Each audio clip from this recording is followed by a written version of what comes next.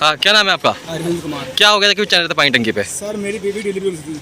हाँ। मैं लेके आया था एम्बुलेंस में, बाइक भी लेके आया था। तो सर मैंने बाइक बाहर खड़ी कर दी थी। उसके बाद बच्चे हुआ था 6:45 बजे। फिर अंदर बोले कि मिठाई ला के दो, तो मैंने 100 रुपये दिए थे उनके लिए। उन्होंने 100 रुपये नहीं लिए, तो मैंने भाभी के लिए 500 रुपये दिए थे।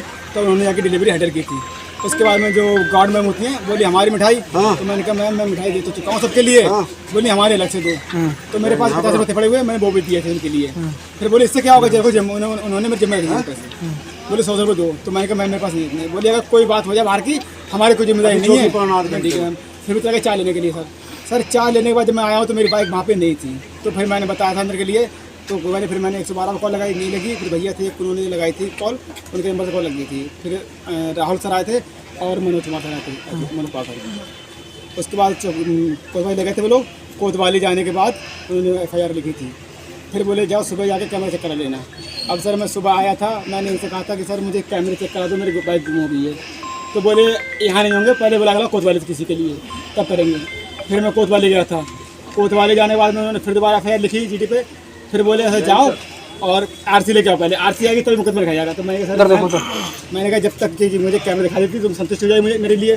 तो बोले हाँ जाओ उनसे कर लेना। अब जो अलका मैम जो है यहाँ की CMS है जो, उनसे मैंने कहा था मैम मेरी गाड़ी बाइक चोरी हो गई है महिला गेट से और मेरी बाइक कैमरा दिखा दो। बोले मैं क्या वहाँ की मालिक हूँ क्या, तो उनसे जाके कहो वो देखेंगे। तो मैंने कहा मैम, बोली मेरा नाम तुम्हें किसने दिया?